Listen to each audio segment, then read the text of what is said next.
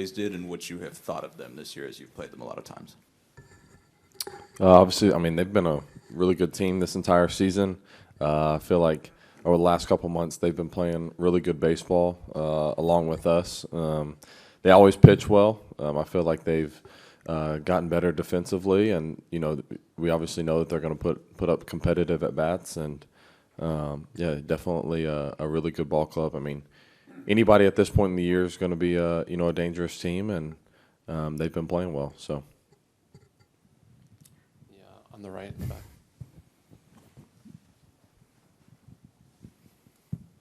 You guys have played a lot of baseball over the last couple of seasons or so. Obviously, you were all gas in the last 4 months of this season. How do you mentally kind of prepare after playing so much baseball but knowing what still lies ahead for you guys? Just remembering what our goal was when the year started.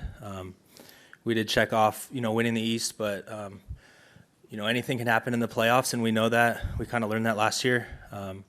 So we just got to keep taking it day by day, pitch by pitch, and go out there with what we've been trying to do is just win the series, and that's really all we can control. For both of you guys, what were the last couple days like as far as were you able to mentally kind of check out, and was it helpful? Will you figure that out as you get on the field today and tomorrow? yeah, I think it was good for a day or two to, like you said, just kind of rest and just kind of rejuvenate. But the last couple of days, I feel like we've ramped up really well because we know that we can't have a lull coming into or coming after this kind of break. Really got to get dialed in mentally and physically. Your body's a funny thing, when your mind starts to wander off, the body starts to feel worse. So I feel like we've done a good job of getting everything back in sync the last couple of days and kind of challenging ourselves as we move forward. Yeah, that was perfect. I got Thanks. nothing else. That was perfect. This coffee. Jeff? For either or both of you, you've both been in the postseason several times now. Have you gotten any better for having a sense for what is going to happen when the postseason starts with your own team specifically? I mean, anything can happen in the postseason. I think that's the biggest thing that we've learned. The lights can get lighter. The lights can get brighter at this time of the year.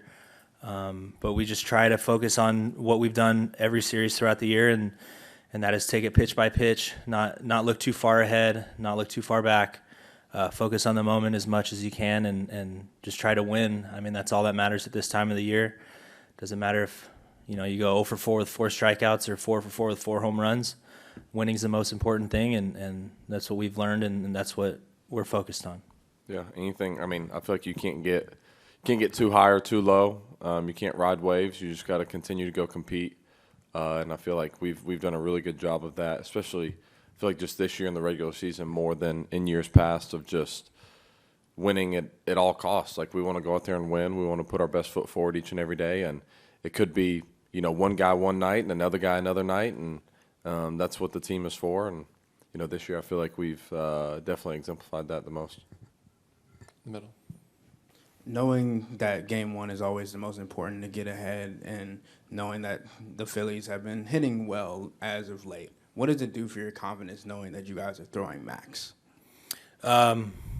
Max has been a tremendous pitcher throughout his whole career here. And there's nobody else we'd rather have on the mound. When big games happen, he seems to step up and lock it in even more. I think we all have the confidence in the world in Max, and we're all feeling really good with him out there on the mound at any given point. Just a quick follow-up on that. Knowing that in the World Series first game, he nearly broke his ankle last year, what would you say about his warrior mentality when he's on the mound and being able to do the job whenever he's out there? That's just Max. He's said this so many times. He's like the nicest guy in the world, the most caring guy in the world, but when he gets on the mound, he's just different. He's got that competitive bone. He's got that drive to win, and it's definitely something that we love playing behind. And he's obviously been good for us on a lot of big moments, and we're looking for that trend to continue. Scott. For Travis, what's Max like on game day, and how do you think the prep's going to be for a team that you've seen so frequently. Does it change at all for you guys just because there's a lot more muscle memory to seeing these guys very frequently? On game days, he's pretty locked in from when he shows up. I think what makes him special is the days before with the work he does preparing for who he's going to face. We face these guys a lot, obviously. They're a tremendous offensive team. But Max does his homework. We all do our homework. We're going to know every little situation that happened, everything that happened throughout not only this year, last year, whatever. But at the same time, you can't look too far ahead and assume that those pitches are going to work. You kind of got to just take it pitch by pitch and just go from there. But on game day, Max is locked in from the moment he steps out of his car till basically he's done. Even in-game conversations are super deep, and just try to talk about every little situation, or if certain things happen, where do we go from there? But he's fun to work with, and we're thankful that he's our ace and he's our game one guy. And then what have your conversations been like with Strider lately, just because he hasn't pitched in a while, and hopefully he'll be on the roster here? How do you think he could do, say, if he's coming out of the bullpen, which you saw in the beginning of the season? Seems like a guy very fit for that in the playoffs, too, if needed. Yeah, I mean, the conversations we've had are more joking around and making fun of him actually quite a bit. He likes to joke around and have fun, though. Like he'll make fun of us as much as we make fun of him. So he's good in the clubhouse. But as far as him, if he's in the bullpen or if he's starting, he's a weapon regardless. He's not scared of anybody. He believes in himself, which I think is the most important thing. And obviously, as we've all seen, he's succeeded in both roles. So just to have him out there is big for us and would be tremendous. Maria? You guys are both obviously in different contract situations. What has it been like to see the team extend so many young players, and what does it tell you about them, and it tells you about what could come in the future inside that clubhouse? Yeah, I mean, this place has obviously been blessed with a lot of great young players, and they've done such a great job of being able to keep those group of guys around one another. I feel like that there's such a bigger vision for this place in mind. And they've obviously done a good job of being able to piece together players and, from different backgrounds, from different ages, that all have basically come together and bought into what we, have created here. And, you give Alex a lot of credit for being able to recognize talent, for being able to, kind of push the right buttons. And, so far he has. This is for both of you. Matt Olson kind of went through his lull there in September, obviously ended really strong, getting the last NL Player of the Week. How crucial is it for this offense, the way that he closed out the regular season? I think a lot of something that wasn't seen necessarily was when he was going through that lull, he was the same person every day. Treated us all the same, laughed around, joked around, still made fun of everybody, even though in his mind he wasn't playing good baseball, but he was still playing great defensively for us, which is vital, especially at first base. And for him to, get it going there towards the end was huge for us, especially, with the home runs he had against the Mets. The great last game he had even in Miami. It was huge for us, and he's such a big part of this team.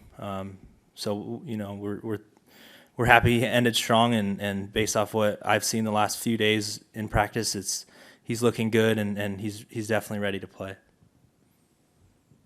Kelly?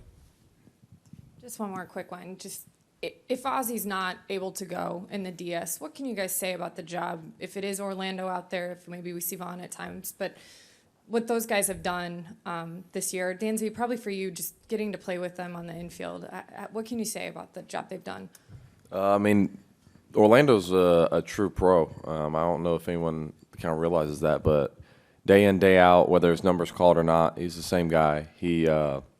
He loves to enjoy himself. Like you can tell, he thoroughly enjoys his teammates and being here.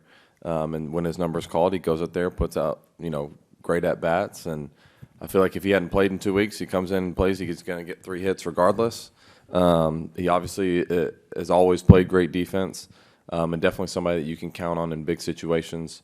And obviously same with Vaughn. He came up and kind of gave us a spark when we needed it and was able to sustain that for a little bit. And then as of late, Orlando's been in there and been playing great ball for us. And like you said, you can just kind of, you know what to expect out of O, and he's done such a great job for us over the last couple months, and even initially filling in for Ozzie, and then as of late, the last couple of weeks, he's really stepped his game up, and definitely someone I enjoy turning double plays with. Any last ones for these guys? Take one more straight back.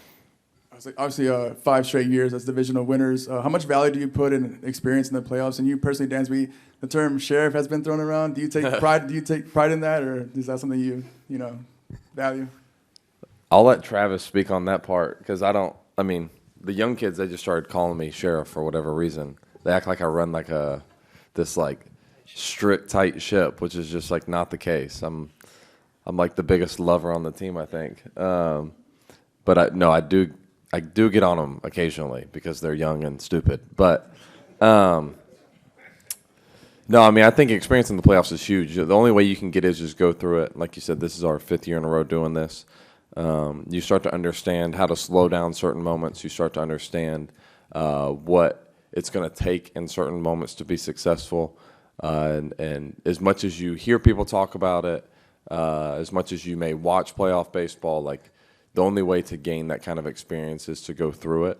And I'm very thankful and appreciative that we have been able to go through it and been able to kind of climb the ladder each year from getting beat in the DS to getting beat in the CS to then, winning a World Series. And like Travis said, we're excited to be able to continue this run and, take it day by day and really embrace each and every moment because, we've been spoiled here making the playoffs, but talking to Travis a lot, and it's just like this isn't commonplace, what we've been able to accomplish. And, we definitely don't take that lightly or take it for granted.